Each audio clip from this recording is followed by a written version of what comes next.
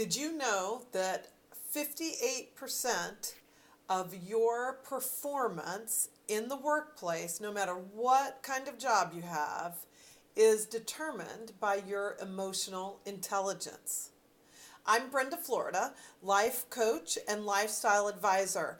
And today we're going to talk about the importance of emotional intelligence.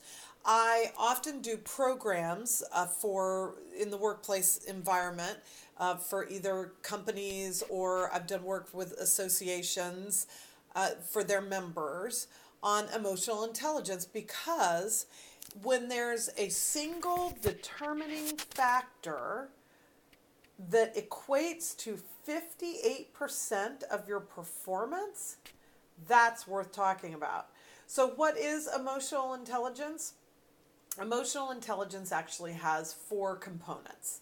It's about your self-awareness, because of course if you are not self-aware, then your ability to manage yourself or other situations is very limited. So it all begins with self-awareness. That's sort of the foundation of emotional intelligence.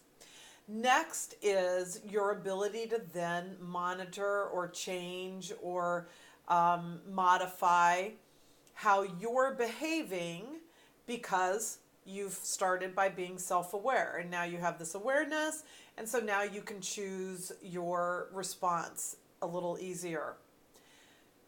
The next goes to your, what you might call, social or other awareness. So your ability to pick up on what other people are thinking or feeling, or your intuition, so to speak, towards them.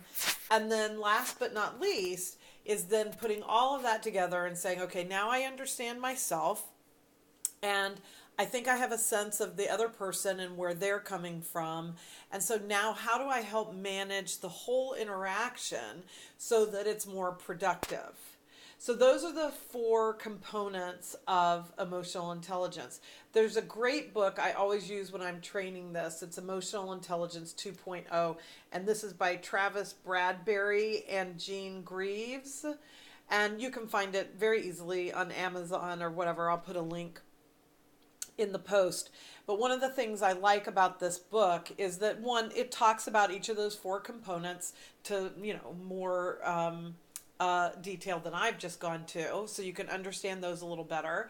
And then it also comes with a code so that you can go on their website and take an emotional intelligence assessment. And then when you get that assessment, the rest of the book, like actually probably 2/3 of this book, are ways to improve on whatever the emotional, the EQ, emotional intelligence assessment indicated for you specifically. So it might say, oh, well, to improve your self-awareness, go to tip number, 3, 7, and 10, and read what those say and then start to apply that. So it's very practical. For those of you who have followed my work for very long, or been with me in one of my programs, or worked with me in the workplace, you know that I am all about being practical. I have that very pragmatic side of me where I don't really care if it's a great idea and it sounds good. A lot of leadership concepts are that way. People will talk about these lofty ideas of what great leaders we want to be, or great managers, and then they don't tell you how to get from point A to point B. So I'm all about how to get from A to B. And so if you check out the programs page on my website, you'll see I have 3 different programs there right now that I've done several different times. Like I said, in my case, they've been to realtor companies or organizations, because I've spent, all of my career really, other than being a life coach, in the real estate industry. Okay, there was a few years where I was also an owner of a Domino's pizza franchise with my husband, but I haven't spun a pizza crust in a long time.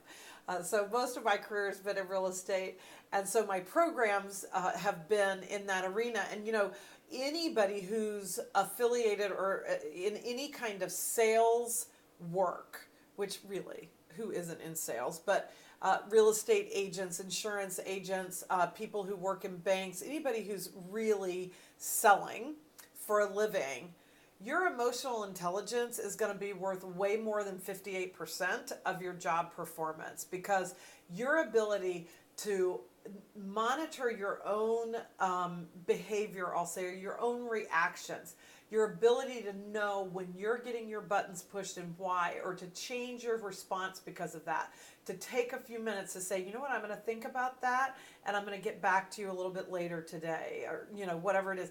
Those are signs of emotional intelligence. Empathy. I'll have to do a whole video on empathy.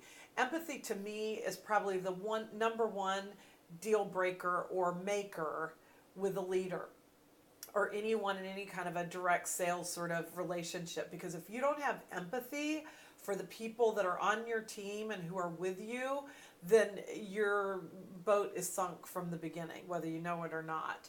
So I love talking about this. I love working with organizations and with individuals on it. So if you have any interest in having me develop a program for you, or if you just want some coaching one-on-one in this area, please reach out to me through my website or through email, Brenda at brendaflorida.com. On the programs page, there's plenty of links where you can email me from there.